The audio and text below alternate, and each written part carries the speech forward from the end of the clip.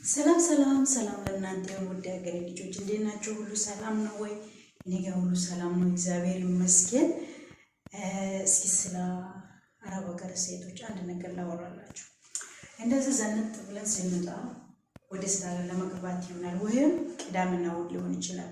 ራሳችን በቃ የሆነ ነገር አድርገን ራሳችን ባለው ነገር አስተካክለን ስንመጣ ማንሰራ የማይመስላችሁ እና ልንገራችሁ። አሁን እኔ ዘንጥ ብዬ ነው ያያችሁ። ከትንሽ ጊዜ በኋላ ይሄንን እለብሳለሁ ማለት ነው። ይሄ ማለት የስራ ልብስ ነው።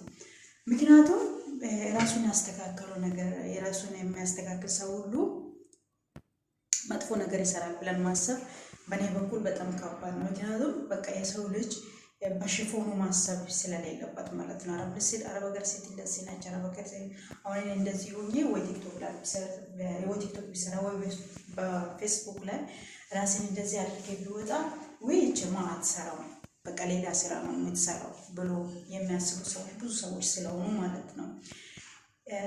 የሆነ ታይም ላይ ነው ራሷን በቃ እንደምንም ማርከው ራሷን እንትን ፍሬ ለማድረግ የምትሞክረው እንጂ አረብ ሀገር ሴት መቼም ከስራ ወደ አለቀርታ አታውቅም። ያለ ስራም ተቀምጣ አታውቅም።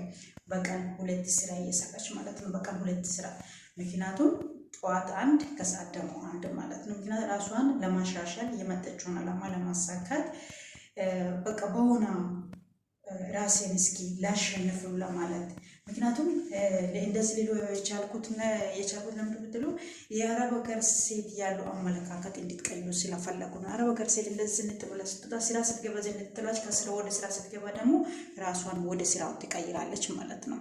አሁን የስራዬን ልብስ ለብሳለሁ ማለሽ አሳያችኋለሁ። ጠብቁኝ። ይኸው እንደገና በድጋሜ በስራ ልብስ መጥቻለሁ።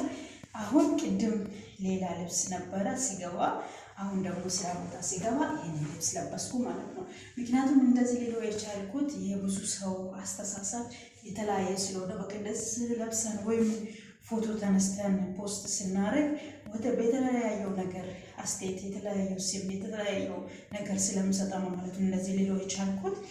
እና አረብ ሀገር ሴት ላይ ብዙ አትፍረዱ ማለት ፈልጌ ነው። የማትሰራው ሴት ምናልባት ከመቶ 10 ካለ ሊሆን ይችላል። እሱም በቃ በአሁኑ በቃ የሰው ልጅ አለልን የማይሳካበት ነገር በቃ ለፍቶ ተስፋን ስቆርጥ ማለት ነው። ደግሞ አረብ ሀገር ሴቶች ተስፋ አትቁረጡ፣ እግዚአብሔር አለ። ምክንያቱም ዛሬ ነው፣ ነገ ሌላ ቀን ስለሆነ ማለት ነው።